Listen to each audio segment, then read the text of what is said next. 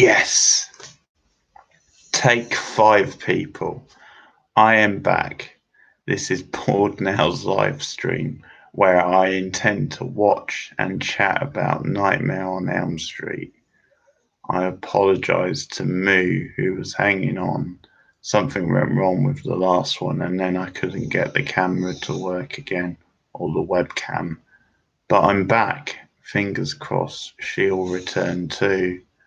And we might even get a couple more. It's just coming up to 11, so not too late. We can still do the watch, but yeah, hopefully I won't be so rambling this time. I've got Nightmare on Elm Street, the original, paused, and I'm hoping one or two might join me. So this is the original Wes Craven film from 1984, based partly on his childhood experiences. He supposedly saw someone dressed like the Freddy Krueger character outside his house. When he looked again, the character was no longer there, but it stayed with him for years, and then he turned it into this film. One of the classic cinematic villains, one of the great horror stories. The whole gimmick being then he gets you in his sleep, which obviously we all have to do. We have to sleep at some point. So that becomes quite a meaty little hook for the rest of the film. And one of the early Wes Craven films, it was certainly his big sort of first big hit. He did Last House on the Left, his first film, which received very mixed reviews. Not an easy watch, I'll tell you. Strange film in places too, but it's worth tracking down if you haven't seen it. But it's maybe not quite the classic, some say, but certainly worth a watch. It's sort of quite an effective sort of revenge type thriller. He supposedly based it on his reaction to like the Vietnam War, which is quite interesting. But yeah, it's a very off-kilter film, some quite strange musical choices, but it's worth a look. And then also in the 70s, he had his cult hit The Hills Have Eyes, which I think has held up a little better over time.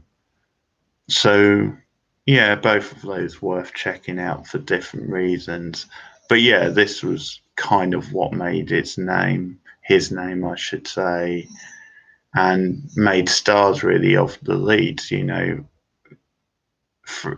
Englund, so memorable as Freddy Krueger. You had Heather Lagerkamp, who returned for a couple more films later.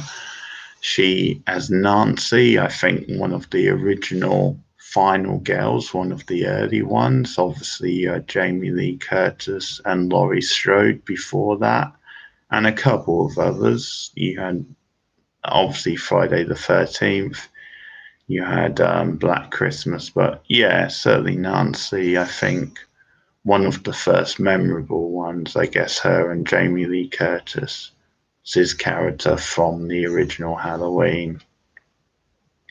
And Nancy also returns for the third film, which is called Dream Warriors, which is a great sequel. I highly recommend that. I'll be talking about that on another stream. But yeah, it's one of the best horror sequels, and some people claim it is the best of the Nightmare on Elm Street series, which is a big statement. Certainly close out of it than the first one. But some major talent involved in that third film. I'll talk more about that another day, another live stream, and then countless sequels. And yeah, it'll be interesting to get into them. I'll try and do a whole review series at some point on Nightmare on Elm Street. But yeah, certainly this original film for me is one of the classics, or at least of its era. So I'm excited to rewatch it and get into it with hopefully some others. And I guess I'll just reillustrate what's going to be coming up next week on my radio show. I'll be talking more about sci-fi in the science fiction genre. I will have a few reviews. I will be catching up with the live action Dumbo this week. So I will give my opinions on Dumbo, the Tim Burton movie, which I don't have high hopes for, but will go in with an open mind. And sticking to a horror theme, I will be also catching up with the new version of Pet Sematary, based on the Stephen King novel. I think one of his most graphic novels from what I hear. And that, I've heard mixed reviews of that. I've certainly heard some positives, but quite a few negatives as well. I've not seen the original. There was an original in the late 80s, and that gets a lot of bad reviews, so maybe this will improve on that by default at least. So I'll be catching up and reviewing Pet Sematary, the new adaptation of the Stephen King novel. Also, there's a new Netflix film called The Silence, which I'm going to be watching, and that stars Sabrina herself, the lead from the Netflix show The Chilling Adventures of Sabrina. She's in that film, The Silence, as is one of her Sabrina co-stars, Miranda Otto.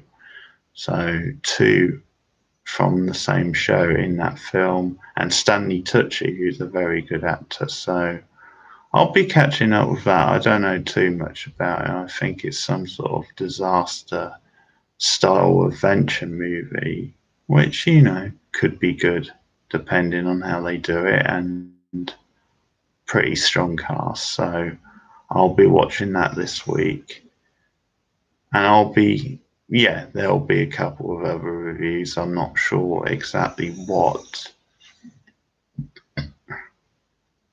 Last night, speaking of horror movies, I went to a special screening at the Dukes, which was a series of short horror movies, like a touring sort of showcase. Had a bit of everything, and they were from all different countries. So I won't go into too much detail on the show, but I will discuss those as well. I'll be giving my general impressions. I think there was about 7 short horror films in that series, in that collection. So I'll be discussing them this week on the show. Some local listings as always. I guess just to give the show a plug, it takes place on Thursday nights on Beyond Radio, which is a local community station here in Lancaster. And it's at 8 p.m. every Thursday. If you don't live in the local area, you can find it online. You can, on the Beyond Radio website, you can listen live there. So that's 8 p.m. this Thursday on Beyond Radio. That's my weekly radio show where I discuss film history and genre. As I said, sci-fi at the moment. I also review the new releases and have occasionally sorry about that, just setting the thing up again. Occasionally I have guests as well, local filmmaking talent, and interviews, and I promote local listings, and also have a TV movie of the week pick, a bit like the 5 Live show. So that's something I've introduced over the last year, maybe a bit more. And yeah, so always looking to grow the audience and working my way through the sci-fi genre. In the coming months, I will be looking at thrillers. That will be the next genre, and also the war movie. And then I have plenty more shows lined up, plenty more themes. And one day I'm going to get on to talking about TV, because obviously TV is so massive nowadays and so much to talk about in the TV area. Maybe review some TV as well for the show. Haven't quite decided yet. But coming up, I'll just plug it. Then it's not too far from the 100th show of my radio broadcast, and for that, I'm going to be doing a special where a regular guest, Ray Turner, will be on for that, and we will each be picking our top 10 movies of the 21st century, so from the year 2000 to the present. And yeah, that's what it's going to be. I'm really excited for that because I'm guessing our top 10s could be completely different. We recently did a comedy sort of mess up, if you like. I mean, I did top 50 comedy movies. He did actually top 20 because he wasn't sure he could come up with 50. So we sort of did a top 20 show each, if you like. So he came on when I was up to number 20, and we sort of interacted and took it in turns of saying our picks. And it was a really fun show. But I think the thing to say is that generally there was quite a lot of crossover with his and mine lists. You know, you had some obvious classics coming out, and there were some surprises. I mean, he had Raising Arizona as his number 3, for example. But I think that's what's excited about this upcoming 100th show. You know, the 21st century top 10s is, as I said, it's much harder to predict. The list could be completely different. Maybe 1 or 2 at the most crossover, but not even sure about that. But very hard to come up with a top 10 from that period. And my hope is that we each surprise each other, you know, then maybe he'll mention, you know, at least 1, maybe 2, or whatever films that I've not heard of or I've not seen, and maybe vice versa. Maybe I'll surprise him as well. So, yeah, looking forward to that. That's about 8 weeks away now. It's, yeah, the 92nd one this week. So that's about 8 weeks away. So that's the 100th show. Ray Turner will be on, and we will be doing our top 10s of the 21st century each. And just to say, we won't know going into that show what each one has picked, so it'll be totally fresh.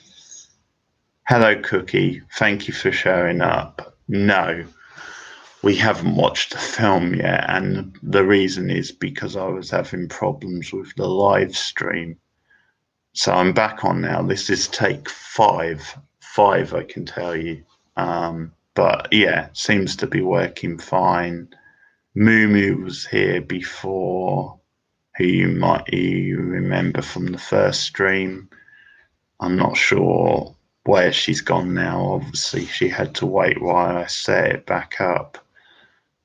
But did you find the film?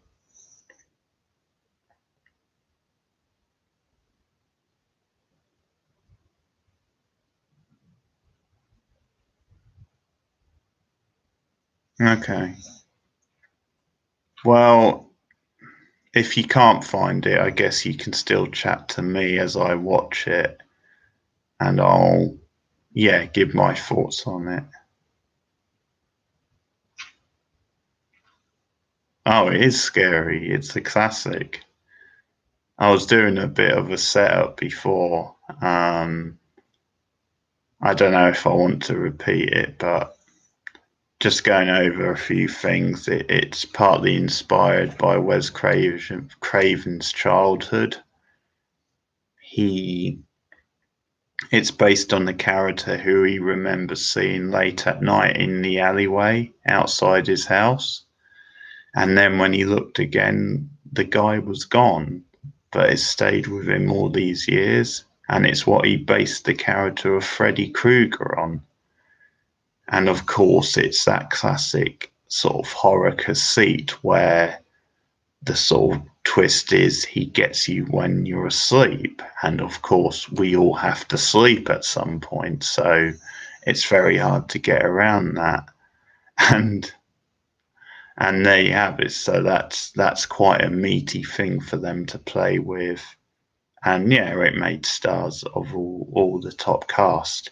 In fact, one Johnny Depp made his film debut in this film. Johnny Depp is in this film. It's his first ever appearance. And Heather Lagerkamp, who's really great in it, she plays the lead female. She was made a star as a result of this. And of course, Robert Englund as well, fantastic as Freddy. I think one other thing which I didn't mention before was that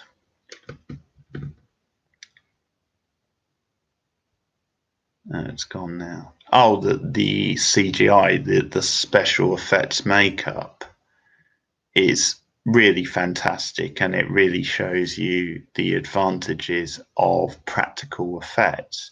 You know, when you see some of the big scenes in this, like there's a scene where his tongue comes out of the telephone receiver and, you know, onto the girl, and that sort of fleshy sort of moment, really slippery, fleshy sort of effect.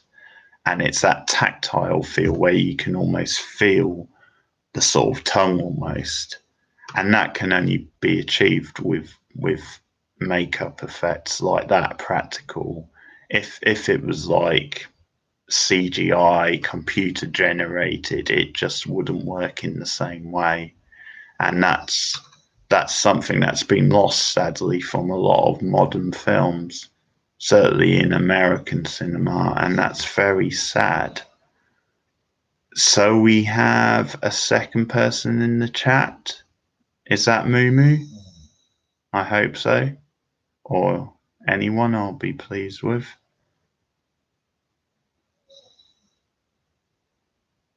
So, Cookie, how was your day?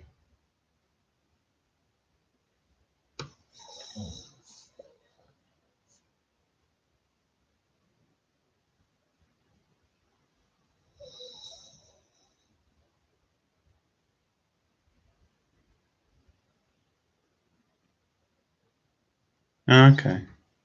How's that going? Some dissertation reading. Yeah. Okay.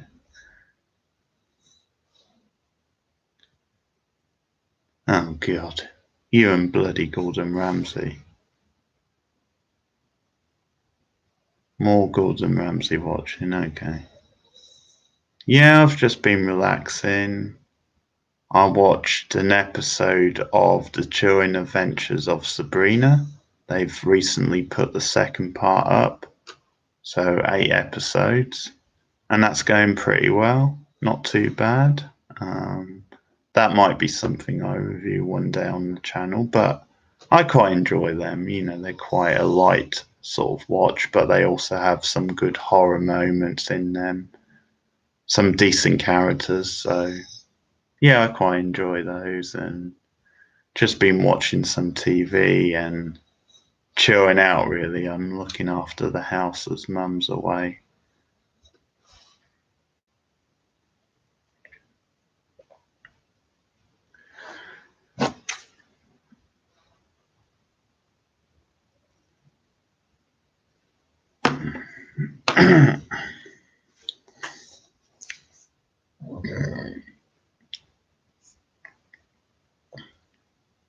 So, Cookie, did you try any other sites to find the film? Like I said, Putlocker? Or if you don't want to watch it, that's fine. We can just talk and I'll put it on in the background. Hello, Lady Moo. Sorry about before, everything went to pot. So this is the 5th attempt now, and finally it's all going well. So we're back on.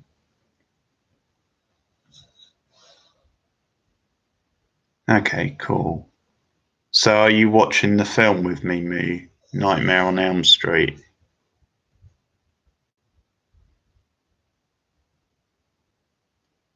Okay. No problem.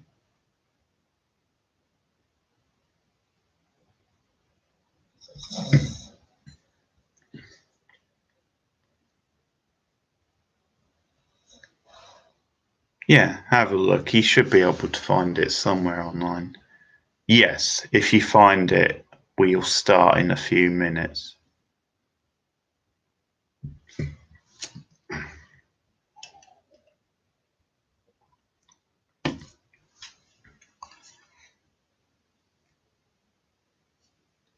So how's your day been, Moo?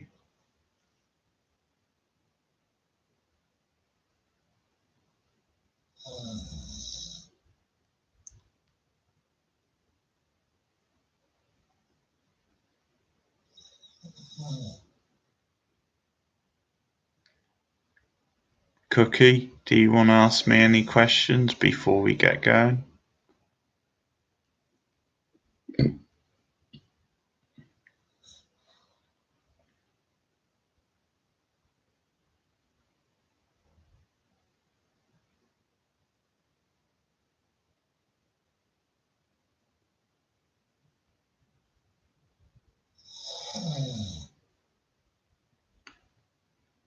Right.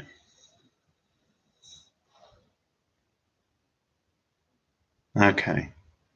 Well, I was just plugging my show before, so I'm probably going to be watching Pet Cemetery this week, and I'll review that on this week's show.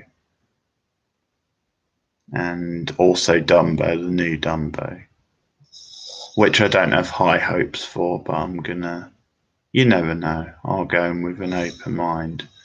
And I watched some horror shorts last night as well, which I'll be discussing a little bit on Thursday night show, but just loosely because there was quite a lot of them.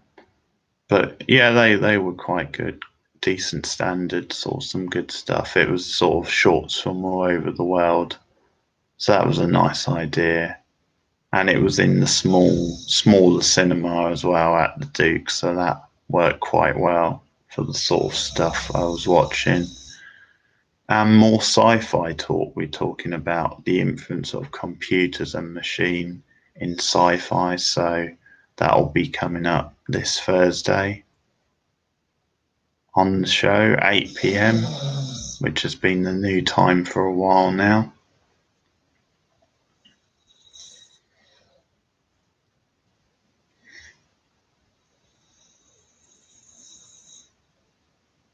Okay, no problem. Moo's finding it, so we should start in the next couple of minutes, and if anyone else comes along, they can obviously catch up, or we can pause, whichever.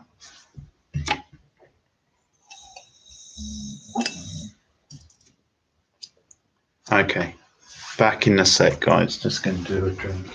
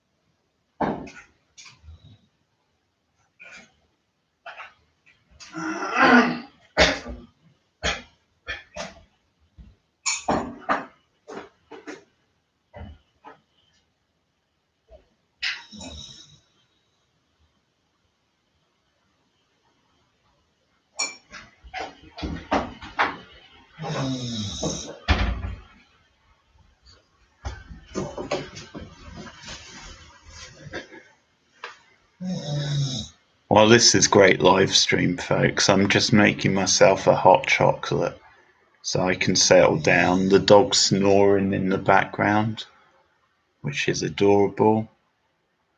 And we should be getting going in a few minutes. Nightmare on Elm Street from 1984, directed by Wes Craven. the film that really gave him his big break. He had done 2 or 3 films prior. His debut, Last House on the Left, as I was saying, quite a bizarre film, but worth checking out if you haven't seen it. Quite uncomfortable in places, quite odd. And also The Hills Have Eyes, which is a cult sort of classic, but this was his big first massive film. No, Nightmare on Elm Street 1.